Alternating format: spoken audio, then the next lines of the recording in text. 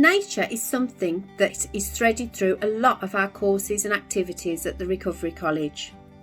It's something that students say improves their mental health and also inspires some great work. Our poetry, creative writing and art courses all take inspiration from nature. And our wellbeing activities, such as our health walks, mindfulness and gratitude, definitely benefit from nature and its ever-changing beauty. No matter what time of year it is, there is always great beauty and things to see, take notice of, be mindful of in nature.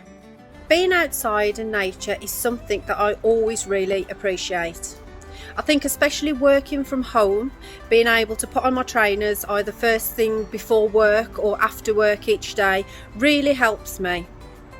Being outside helps me have that 5 minutes just to take stock and think. There's always something around that you can see that looks lovely or catches your eye.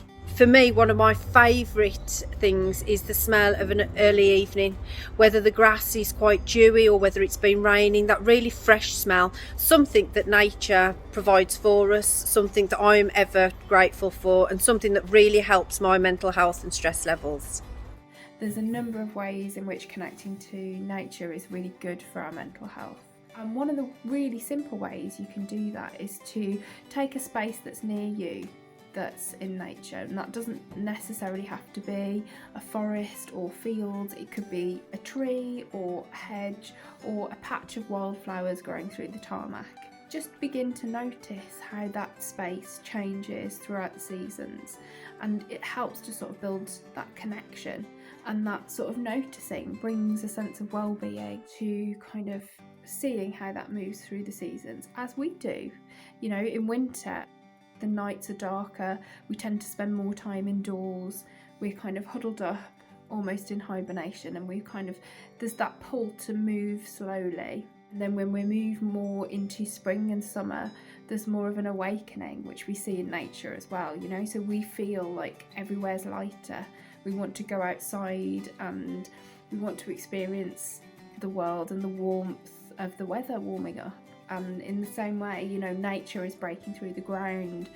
We're seeing the birthing of young animals, seeing things in full bloom, and, you know, feeling like we've got more energy as well. So it's those connections to nature that help us to live more mindfully. Tell me a bit about how you connect to nature and how that helps you with your well-being.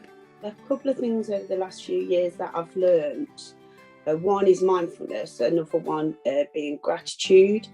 So when I'm out in nature, I just stand and I'm in it. I'm in that moment, and it gives me this strong sense of peace and calm. And it's like it's a sensory experience as well. You can hear, you can smell, you can see, you can touch. Gardening, on the other hand, has been like a therapy for me. It's something I can do, so it's been a way of me tackling my mental health. And I noticed my downfall happened when I couldn't garden.